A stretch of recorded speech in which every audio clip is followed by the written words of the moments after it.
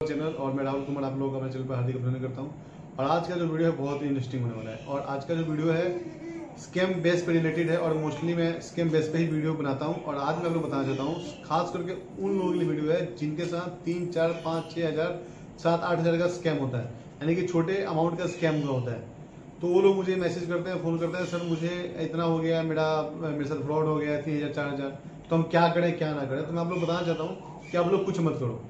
कुछ ना करने का मतलब ये है, मैं आप लोगों को एक ना अच्छे तरीके के लिए बता रहा हूँ, अच्छा समझाने के लिए वीडियो बना रहा हूँ। क्योंकि मान लो कि हमारे साथ स्कैम होता है, आपके साथ 3,000 रुपये का स्कैम हुआ है, 4,000 रुपये का स्कैम हुआ है, छोटे अमाउंट का 8,000 तक भी मैं अगर मान लूँ कि आपके साथ स्कैम हुआ है, तो आप क्या करोगे? सबसे पहले क्या करना होता है, कंप्लेंट करना होता है। हम 1930 पे कंप्लेंट करते हैं या फिर साइबर पोर्टल पे कंप्लेंट करते हैं या फिर हम लोग मैनुअली साइबर पुलिस स्टेशन जाकर कंप्लेंट दर्ज कराते हैं।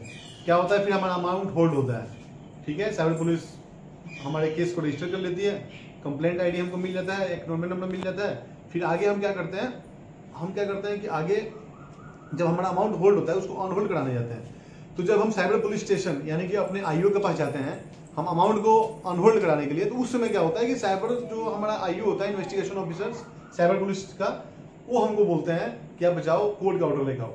और जब कोर्ट ऑर्डर लेने जाते हो तो वहां पर एक लॉयर यानी कि वकील करना पड़ता है। उस वकील की कीमत यानी कि जो फीस होती है वो होती है 2,000, 1,500, 3,000। उसके बाद आपको फाइल रेडी करवाना होता है। जब आप फाइल रेडी करवाते हो तो फाइल रेडी करवाने में आपको अटेस्टेड करवाना पड़ता है, यानी कि जो इंसिडेंट आपके साथ हुआ है एक लेटर में लिखवाना। फिर बार बार जो भी आपके साथ जो ट्रांजेक्शन है स्क्रीनशॉट है उसका फोटोकॉपी, उसके बाद आपके पास जो प्रूफ होता है वो लगाना, आधार कार्ड लगाना, फोटोकॉपी लगा कर फाइल रेडी करते हो। ये फाइल रेडी हो जाता है तो इसमें खर्चा टोटल मिलाकर 3,000 4,000 से आता है या फिर इससे ज़्यादा भी आ सकता है। अब आप सोचो कि अगर मान लो कि इतना छोटा अमाउंट आपके साथ हुआ है, जितने का आपके साथ स्कैम हुआ है उतना रुपया आपका ऐसे ही लग गया यहाँ पे, तो फिर फायदा क्या है? इससे अच्छा है कि आप वहाँ पर अवेयर हो जाओ, ठीक है, वहीं पर बंद कर दो, कंप्लेंट ना करो। क्योंकि इसका ऑपोजिट भी एक चीज़ देखने को मिलता है कि जब हम किसी के खिलाफ कंप्लेंट करते हैं तो हमें पता है कि वो भी हमारे खिलाफ कंप्लेंट कर सकता है। क्यों? क्योंकि हम कभी भी ऐसा भी हमारे साथ होता है कि हम भी पहले स्टार्टिंग में उनसे कुछ पैसे लिए होते हैं, चाहे 200 हो, 400 हो, 500 हो, तो फिर इसमें फायदा क्या है? अगर मान लो कि आपके खिलाफ भी कोई कंप्लेंट कर दिया क्योंकि आपने पैसे लिए तो आपका अकाउंट फ्रीज हो जाएगा या फिर आपका अमाउंट जो है टोटली होल्ड हो जाएगा। उस अकाउंट को आप यूज नहीं कर सकते, उस अकाउंट से पैसे नहीं जा सकते, तो फिर कोई फायदा नहीं है। बट ये रियल होता है, बाई चांस ही कभी ऐसा होता है कि कोई सामने वाला जो है जो स्कैमर है वो आपके खिलाफ कंप्लेंट करते हैं। क्योंकि स्कैमर वैसा नहीं करता, ये जो होते हैं खुद विक्टिम्स ही होते हैं बेचारे, कुछ पैसे के लालच में अपना अकाउंट रेंट पर दिए होते हैं और बाद में उन्हीं के अकाउंट में पैसे ले लेते हैं। जब विक्टिम्स उनके खिलाफ कंप्लेंट करता है तो किसी शरीफ इंसान का ही जो है अकाउंट होल्ड होता है। ठीक है, फिर वो बंदा जब उसको पता लगता है, बैंक का मैसेज आता है कि मेरा अकाउंट फ्रीज हो गया, तो वो फिर आपको कॉन्टैक्ट करता है। ठीक है, फिर आपके बैंक वाले को मेल कराता है कि मेरा अकाउंट क्यों फ्रीज हुआ। पता लगता है कि आप कंप्लेंट किए हो क्योंकि आपसे स्कैम हुआ था। फिर वो भी गुस्से में आपके खिलाफ कंप्लेंट करता है, उसका भी अमाउंट होल्ड होता है, आपका भी अमाउंट होल्ड होता है। और अमाउंट कितना आपका होता है? 3 से 4 हज़ार रुपये। 3 से 4 हज़ार, 5 हज़ार, 6 हज़ार, 7 हज़ार रुपये के लिए आप कंप्लेंट करके बहुत बुरी तरीके से फंस भी जाते हो। तो आप हमेशा सोचना इन सब चीज़ों से बच कर रहना है।